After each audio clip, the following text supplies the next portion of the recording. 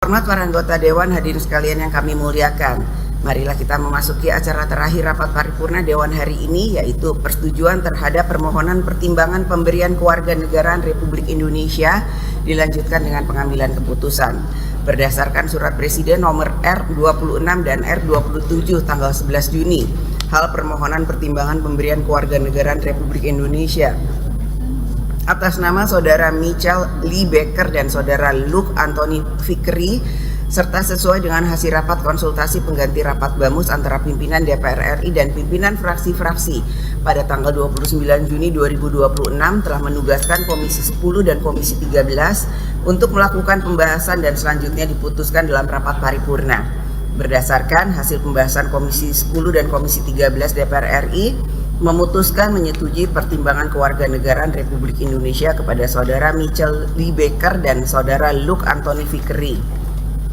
Sehubungan dengan itu, kami meminta persetujuan pada rapat paripurna hari ini apakah permohonan pertimbangan pemberian kewarganegaraan Republik Indonesia atas nama Saudara Michel Lee Becker dan Saudara Luke Anthony Fikri dapat disetujui? Setuju. Terima kasih. Assalamualaikum warahmatullahi wabarakatuh. Para pecinta Timnas Indonesia dimanapun kalian berada, semoga saja selalu senantiasa diberikan kesehatan dan kelancaran rezeki. Nah, ada kabar baik nih dari Timnas Sepak Bola Indonesia, di mana DPR RI akhirnya menyetujui naturalisasi Michel Becker dan Luke Fikri. Jadi pada rapat paripurna DPR, Luke Fikri dan Michel Becker sudah dinyatakan diterima atau dikabulkan permohonan naturalisasinya. Jadi tinggal detail-detail kecil dan Luke Fikri dan Michel Becker resmi jadi warga negara Indonesia. Artinya apa? Artinya Luke Fikri dan Michel Becker ini sudah bisa membela Timnas Indonesia di Piala AFF nanti jika Coach John Herdman akan menggunakan jasa kedua juru gedor ini. Dengan adanya tambahan 2 striker di lini serang Timnas Indonesia di Piala AFF 2026 ini tentu akan membuat para tetangga atau pesaing kita di negara ASEAN makin waspada dengan kekuatan Timnas Indonesia. Luke Fikri dan Michel Becker sendiri dikenal dengan naluri mencetak gol yang tinggi.